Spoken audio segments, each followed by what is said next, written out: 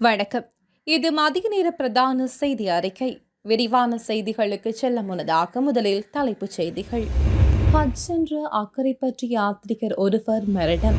வவுனியாவில் பதிவான நிலநடுக்கம் பாரிய அழிவுக்கான முன்னெச்சரிக்கை. அரசு ஊழியர்களுக்கான சம்பளம் மற்றும் கொடுப்பனவுகளை அதிகரிக்க முடியாது, நிதியமைச்சு அறிவிப்பு. நீடிக்கப்படும் அதிபரின் பதவிக்காலம் வதந்திகளை நிராகரிக்கும் எம்பி. சிங்கள தலைவர்களை தேர்தலில் புறக்கணிக்க வேண்டும், ராஜ்குமார் ராஜீவ்காந்த். இலங்கைக்கு அழுத்தம் கொடுக்கும் இணைத்தலைமை நாடுகளின் குழு. ஜனாதிபதி தேர்தலில் தமிழ் மக்களின் ஆதரவு ரணிலுக்கே, கருணா திட்டவட்டம். கள்ளச்சாராயம் அருந்திய 18 பேர் பலி.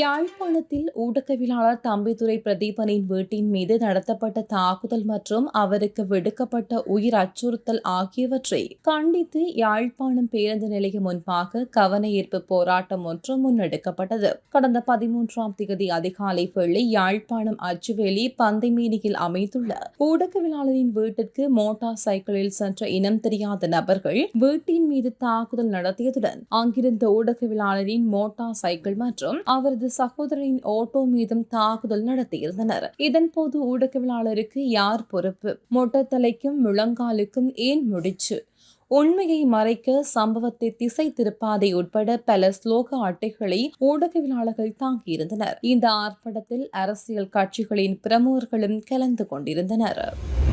ஹஜ் யாத்திரைக்கு சென்ற அக்கரைப்பற்றைச் சேர்ந்த 68 வயதான யாத்ரிகர் ஒருவர் மரணமடைந்ததாக இலங்கையின் முஸ்லிம் சமய கலாச்சார அலுவலர்கள் திணைக்களம் அறிவித்துள்ளது. அக்கரைப்பற்று 6 முஸ்லிம் மத்திய கல்லூரி வீதியைச் சேர்ந்த அல்ஹாஜ் ஆதம் லெப்பே அப்துல் கபூர் என்பவர் மாரடைப்பால் காலமானதாக அறிவிக்கப்பட்டுள்ளது. அவரது ஜனாசா புனித மக்காவில் உள்ள மென்னர் அப்துல் அசீர் வைத்தியசாலையில் வைக்கப்பட்டதுடன் ஜனாசாவை புனித மக்காவில் அடக்கம் செய்ய நடவடிக்கை எடுக்கப்பட்டுள்ளதாகவும் தெரிவிக்கப்படுகிறது.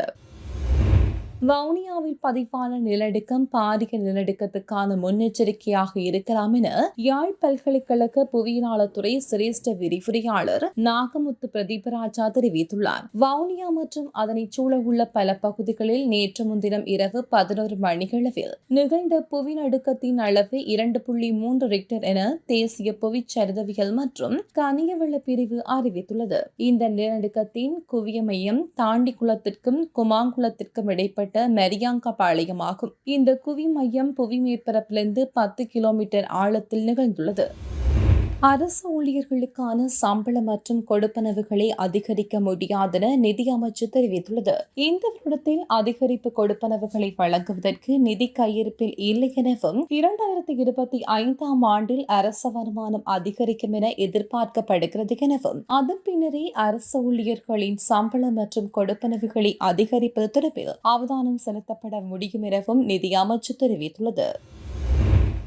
அதிபர் ரணில் விக்ரமசிங்கவின் பதவிக்காலத்தை 5 ஆண்டுகளில் இருந்து 6 ஆண்டுகளாக நீடிப்பதற்கு அரசாங்கம் முயற்சிப்பதாக வெளியாகும் செய்திகளை நீதி அமைச்சர் விஜயதாச ராஜபக்ச நிராகரித்துள்ளார். இலங்கையில் தற்போது நடைமுறையில் உள்ள அரசியல் அமைப்புகளுக்கு அமைய அவ்வாறு செய்ய முடியாது எனவும் அவர் தெரிவித்துள்ளார். தேர்தலை பிற்போடுவது தொடர்பில் அரசாங்கத்துக்குள் எந்த ஒரு பேச்சும் நடத்தப்படவில்லை. தற்போதைய சூழ்நிலையில் அவ்வாறு செய்யவும் முடியாது. உரிய காலப்பகுதிக்குள் தேர்தல் நடத்தப்படும். புதிய அரசியலமைப்பு பற்றி கதைப்பதற்கு தற்போது நேரமில்லை. இலங்கையில் 4 தேர்தல்கள் நடத்தப்பட வேண்டியுள்ளது. இந்த நிலைமையில் அரசியலமைப்பை மாற்றியமைக்க நேரமில்லை. அதற்கான மக்களின் அனுமதியை பெறக்கூடிய சூழ்நிலையும் இல்லை. அச்சம் காரணமாகவே தடை உத்தரவுகளை பெறுகின்றனர். எனக்கு எதிராக ஸ்ரீலங்கா பொதுஜன பெரமுன ஒழுங்காற்று நடவடிக்கை எடுக்க உள்ளது என்பதை ஊடகங்கள் வாயிலாகவே அறிந்து கொண்டேன் எனவும் அமைச்சர் தெரிவித்துள்ளார்.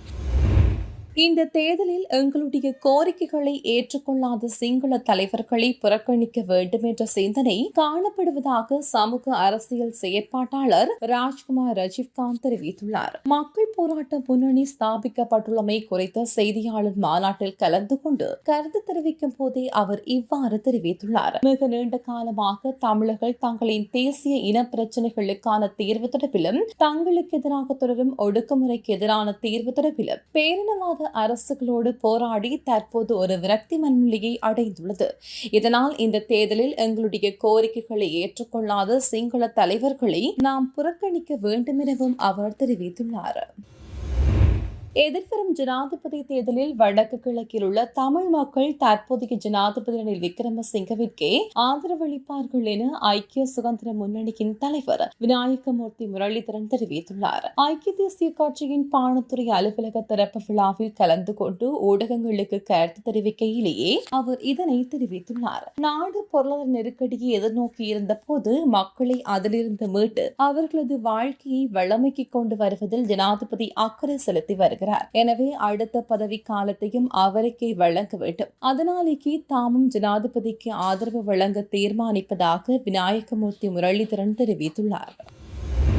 ஜெனீவாவில் நடைபெறும் மனித உரிமைகள் பேரவையின் 56ஆம் அமர்வில் இலங்கை தொடர்பான இணைத்தலைமை நாடுகளின் அறிக்கை சற்று முன்னர் முன்வைக்கப்பட்டது. கனடா, மலாவி, மொண்டனோக்ரோ, வடக்கு மாசிடோனியா, ஐக்கிய ராச்சியம் மற்றும் அமெரிக்காவை உள்ளடக்கிய இந்த குழுவின் அறிக்கையில் இலங்கை அரசாங்கம் தாம் வழங்கிய உறுதிமொழிகளை நிறைவேற்ற வேண்டும் எனவும் வலியுறுத்தப்பட்டுள்ளது. பலவந்தமான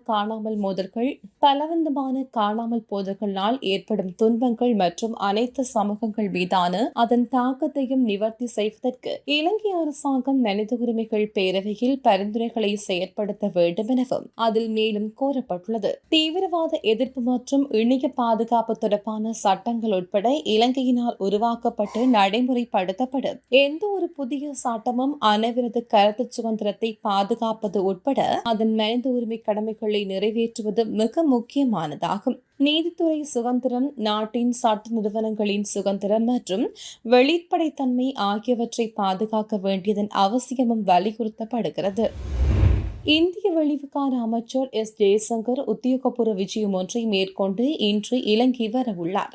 இந்திய பிரதமர் நரேந்திர மோடியின் புதிய அரசாங்கத்தின் கீழ் வெளிவிவகார அமைச்சர் மேற்கொள்ளும் முதலாவது இருதரப்பு விஜயம் இதுவாகும். இந்தியாவில் அயல் நாடுகளுக்கு முன்னுரிமை கொள்கையின் மீள வலியுறுத்தும் இந்த விஜயமானது கடல் மார்க்கமாகவும் மிகவும் நெருக்கமான அயல் நாடாகவும் காலம் காலமாக நல்லுறவை கொண்ட நண்பனாகவும் உள்ள இலங்கைக்கும் இந்தியாவினதும் தொடர்ச்சியான அர்ப்பணிப்பினை சுட்டிக்காட்டுவதாக இந்திய உயர்ஸ்தானிக காரியாலயம் விடுத்துள்ள அறிக்கையில் தெரிவிக்கப்பட்டுள்ளது. நாட்டில் உள்ள கள்ளக்குறிச்சியில் கள்ளச்சாயம் அருந்திய நிலையில் இதுவரை 18 பேர் பலியாகியுள்ளதாக இந்திய ஊடகங்கள் செய்தி வெளியிட்டுள்ளது. அத்துடன் 80 பேர் வரை கள்ளக்குறிச்சி புதுச்சேரி மருத்துவமனையில் சிகிச்சை பெற்று வருகின்ற வேளையில் அதிலும் 10 பேரின் நிலை கவலைக்கிடம் என்றும் அறிவிக்கப்பட்டுள்ளது. கள்ளக்குறிச்சி கருணாபுரம் குடியிருப்பைச் சேர்ந்த 26 பேர் நேற்று காலை வாந்தி, வயிற்றுவலி, வயிற்றெரிச்சல் போன்ற பிரச்சினைகளினால் திடீரென பாதிக்கப்பட்டுள்ளனர். இதனையடுத்து அவர்கள் அனைவரும் கள்ளக்குறிச்சி மருத்துவக் கல்லூரி மருத்துவமனையில் அனுமதிக்கப்பட்டுள்ளனர். இதன்போது மேற்கொள்ளப்பட்ட விசாரணையின் பின்னர் அவர்கள் கள்ளச்சாராயம் அருந்தியமை தெரிய வந்துள்ளது. முறையான வரி நிர்வாகம், வரி வலையில் சிக்காத தரப்பினரை உள்ளிருப்பது, டிஜிட்டல் மயமாக்கல் எனவும் அரசு தரப்பு செய்ய வேண்டிய பணிகளை முறையாக செய்யாமல் அரசு வருமான இலக்குகளை அடைய அரசாங்கம் பல்வேறு வரிகளை விதித்து வருகிறது. தற்போது சர்வதேச நாணய நிதியம் கூறியதாக கூறி அரசாங்கம் சொத்து வரியை விதிக்க நடவடிக்கை எடுத்துள்ளது எனவும் எதிர்க்கட்சித் தலைவர் தெரிவித்துள்ளார். சர்வதேச நாணய நிதியத்துடன் இணைந்து நாடு விழுந்துள்ள பாதாளத்தில் இருந்து வெளியேற வேண்டும். இருந்தபோதும் இந்த ஒப்பந்தம் மக்கள் சார்பான ஒன்றாக அமையும் விதத்தில் மீள் பேச்சுவார்த்தை நடத்தப்பட்டு மீள் இணக்கப்பாடு எட்டப்பட வேண்டும்.